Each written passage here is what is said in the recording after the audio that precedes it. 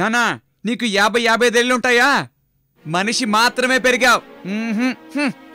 ఏం నానా పెళ్లి కొడుకు మొహమే తెలియని ఫోటో తీసుకొచ్చారు. 30 రూపాయలు ఖర్చు పెట్టుకుని ఇక్కడి నుంచి నైవేలి వరకు వెళ్ళొచ్చింది ఎందుకని? ఇలాంటి ఫోటో తేవడానికా? ఈ ఫోటో చూసి అబ్బాయి ఎలా ఉంటాడో మేమెలా తెలుసుకుంటాం? ఏమేం వాళ్ళు ఏ ఫోటో ఇస్తే ఆ ఫోటోనే కదా నేను తీసుకురాగలను. అందుకని ఫోటోగ్రాఫర్ నేను తీసుకువెళ్ళగలనా?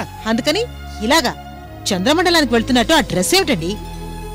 సరే గాని ఆ అబ్బాయి ఎంత ఎత్తుంటాడు? అది ఎత్తు నేను కరెక్ట్ గా చెప్తాను. అది 5 అడుగుల 5 అంగుళాల నుంచి 10-11 అంగుళాల మధ్యలో ఉండదు. ఇలా చెప్పడానికి నువ్వెందుకు నైవేడి వెళ్ళడం నానా? ఎరా అందుకని టైలర్ దగ్గర నుంచి ఇంజనీర్ తీసుకెళ్లి కొలుచుకోమంటావా? కొల్చాలి, మనం అక్కనిస్తున్నాగా. అన్ని తెలివితేటలే ఆయనకుండుంటే ఇంకా గుళ్ళో ఎందుకు వాచ్మెన్ లా ఉంటారు? ధర్మకర్త అయ్యుండేవారు. ధర్మకర్త 2 బెళ్ళాలను పెట్టుకున్నాడు, నన్ను కూడా పెట్టుకోమంటావా? ధర్మకర్తల అబ్బాయి వాళ్ళ నాన్న కొట్టాడంట. కుర్రాడి కలర్ ఏంటి? అబ్బాయి అడుగుతున్నాడు కదండి ఏ రంగులో ఉన్నాడు? ఏ రంగులో ఉంటాడంటే మంగళం అల్లుడు ఎరుపంటే నాలాంటి ఎరుపు రంగులో ఉండడు, అలాగని నలుపంటే నీలాంటి నలుపు రంగులో ఉండడు. ఆయన నలుపు ఎరుపు కలిసిన ఒక పసుపు రంగు. పసుపు రంగా? ఏంటి పసుపు రంగు అంటున్నారు? ఒకవేళ అబ్బాయికి పచ్చ కావర్లా ఏంటి? అబ్బా నానా అమ్మా కొడుతున్నాడే. ఎందుకంటే వాడిని అలా కొడుతున్నారు? ఏమిటి అల్లుడికి కామెర్లు అంటున్నాడు? అసలు మీరు అడిగారా? అడగాలి. అబ్బాయికి పచ్చ కామెర్లు ఉన్నాయా లేదా అని అడిగారా? అవన్నీ ఉండవే. అవన్నీ ఉండవా? అసలు లేనే లేవా? అవును, ఇంకాసేపు ఉంటే blood test, sugar test, motion test, urine test అన్ని కలిపి ఒక సర్టిఫికేట్ తీసుకురామంటావు. మరేమిటండి నయా పైసా కట్నం తీసుకోకుండా పెళ్లి చేసుకుంటాను అంటే ఏమిటర్థం? ఏమిటర్థం? పిల్లాడికి తప్పకుండా ఏదో పెద్ద వ్యాధి ఉంది అని అర్థం. ఒరే మూర్ఖుడా, వ్యాధి ఎలా ఉంటుందిరా? వ్యాధి వచ్చే శరీరం అది. ఆయన జీపులోంచి ఠక్కున దిగి చకచకా నడిచే ఆ స్టైల్ ఏమిటి? నా దగ్గరకు వచ్చి 2 నిమిషాలు ఉండండి స్నానం చేసి వస్తాను అని వెళ్ళిన ఆ స్టైల్ ఏమిటి?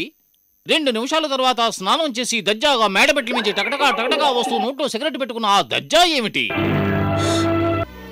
సిగరెట్టా? ఆ అబ్బాయి సిగరెట్ కూడా తాగుతాడా? చాలా బాగుందండి. మంగళం, సిగరెట్ గురించి నీకేం తెలిసే? నోట్లో సిగరెట్ పెట్టుకుని ముక్కుతో పొగ వదిలితేనే హాని, నోట్లో సిగరెట్ పెట్టుకుని నోటితోనే పొగ వదిలితే అది హానే కాదు.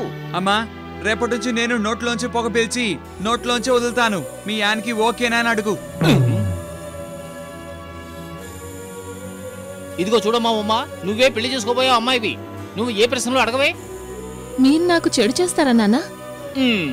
చిలకని పెంచి పిల్లి చేతికి ఇస్తారా మీరు? ఆ ఇంట్లో ఒక అమ్మాయి ఉందని చెప్పారు కదా, స్టెల్లా అమ్మా. ఆయనకు చెల్లెల్లాంటిది. చెల్లెల్లాంటిదే కదా, ఇంకేమీ కాదు కదా. సరిగ్గా తెలుసుకున్నారా నాన్న? నీ సందేహం మరీ దారుణంగా ఉంది. పోవే పోవే. సుబ్రహ్మణ్య, నాకు పిల్లాడు బాగా నచ్చాడు, కానీ ఈ సందేహ ప్రాణులకు అన్ని సందేహాలే. అందువల్ల ఈ సంబంధం నీకు సమ్మతమేనా అని చెప్పడానికి ఒక ఉదాహరణ చూపించి చూద్దాం.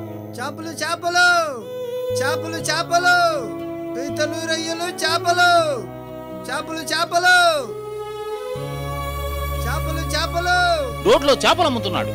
చేప అంటే విష్ణుమూర్తి ఎత్తిన మత్స్యావతారం. ఏం శకునం సుబ్రహ్మణ్య, నువ్వే విష్ణుమూర్తి రూపంలో వచ్చి ఈ సంబంధం సమ్మతమని చెప్పేశావు. ఇక ఏ గాడిద ఎలా కూస్తే నాకేమిటి? వచ్చే ఆదివారం ఆయన పెళ్లి చూపులకు వస్తున్నారు. ప్రపంచాన్ని గడగడలాడించిన హిట్లర్కి ప్రేమ కథ ఉందా? అడాల్ఫ్ హిట్లర్, ఈ పేరు తెలియని వారు ఉండరు. ప్రపంచాన్ని గడగడలాడించిన హిట్లర్ కూడా ప్రేమలో పడ్డాడంటే మీరు నమ్ముతారా? కానీ ఇది నిజం. క్రూరమైన స్వభావం కలిగిన హిట్లర్ కూడా ఒక అమ్మాయిని ప్రేమించాడు. ఆ అమ్మాయి ఎవరో తెలుసా? హిట్లర్ బాగా ఎక్కువగా ద్వేషించే కుటుంబంలోని ఒక అమ్మాయిని ప్రేమించాడు. 1905వ సంవత్సరం. అప్పటికి